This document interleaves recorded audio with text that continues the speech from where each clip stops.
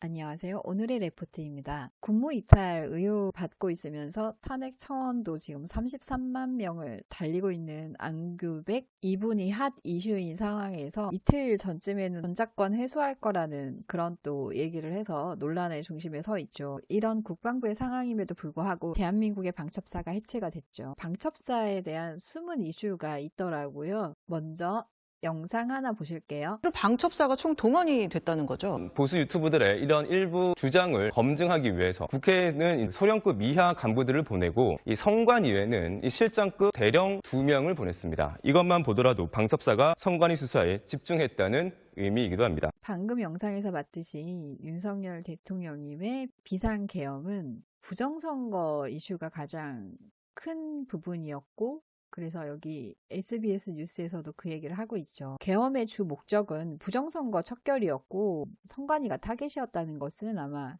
많은 분들이 공감하는 부분일 거고요. 이것과 관련해서 기사를 하나 보여드릴까 합니다. 2025년 1월 23일 주간조선에서 이제 단독으로 기사가 하나 국정원도 반대한 방첩사 부정선거 수사 가능 법령 개정. 내용은 이렇습니다. 국군 방첩사령부 이하 방첩사가 부정선거 의혹을 조사할 수 있도록 대통령령을 개정하는 과정에서 국가정보원이 이를 반대했던 것으로 주간조선 취재 결과 확인됐다.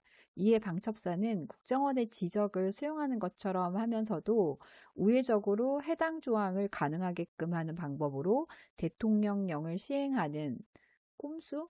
윤석열 대통령님이 꼼수를 썼을 리가 있나. 상남자인데 대통령령을 시행하는 우회적으로 해당 조항을 가능하게 했다는 게 이제 주 요점인 것 같아. 결과적으로 이는 방첩사가 부정선거 수사를 할 수 있는 법적 근거가 됐고 12.3 계엄 당시 중앙선거관리위원회 서버를 확보하려는 시도로 이어졌다. 국방부로부터 제출받은 자료에 따르면 국군 방첩사령부령 대통령령 제33,409호 일부 개정에 대해 관계기관과 협의하는 과정에서 국정원은 관계기관으로서 상위 또는 유관 법령에 따른 명시적 근거, 정의 없이 사이버 업무를 추가하는 것은 방첩사의 권한을 확대 및 강화하는 것이라며 반대 의견을 냈다. 국정원이 문제 삼은 조문은 군 보안 업무 조항에서 특히 국방부 장관의 권한과 사이버에 대한 보안 업무다. 앞서 주간조선은 지난해 12월 9일 단독 윤 방첩사 방문 후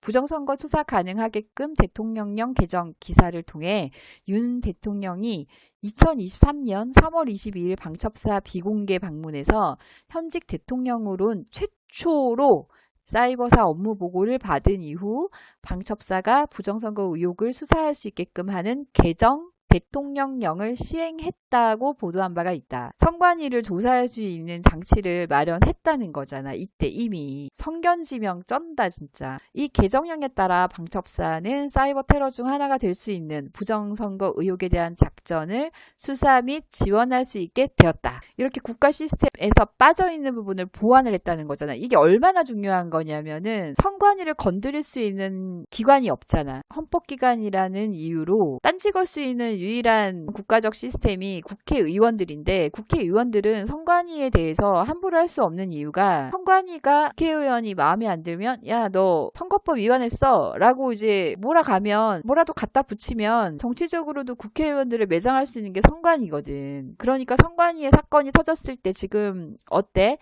양쪽에서 다 조용하잖아. 눈치만 보잖아. 민주당은 오히려 선관위를 감싸고 있고 국힘의원들은 아무 말도 못하고 뭐 깨갱해 있는 것처럼 선관위에 대해서 아무런 말을 못하잖아. 국힘 중에서 지금 몇 사람 의원들만 용감하게 국민들의 입장을 대변하고 국민들 입장에서 이거를 애쓰고 있더라고. 이게 시스템적으로 잘못돼 있는 거야. 선관위를 성역화되어 있고 선관위가 건드리면 큰일 나는 기관이 되어 있고 선관위가 이렇게 될 수밖에 없었던 이유는 시스템적으로 문제가 있었고 그 시스템적인 문제를 윤석열 대통령님은 방첩사의 비공개 방문에서 이거를 발견했고 방첩사가 수사를 할 수 있게끔 시스템을 보완을 해놨다는 거지. 엄청난 대통령님 진짜 짱짱. 국민이나 국가 국가나 이익이 되는 걸 해놨는데 방첩사를 없애버렸다는 거잖아. 전직 국가정보원 인사는 선거 조작을 위해 디도스 공격이나 선거 전산망 해킹이 시도된 상황은 사이버 테러라고 할 수 있다. 그러니까 사이버 테러 이런 것에 우리가 대응할 수 있는 법적인 안전장치가 없었고 선관위를 수사할 수 있는 권한도 없었는데 이거를 미리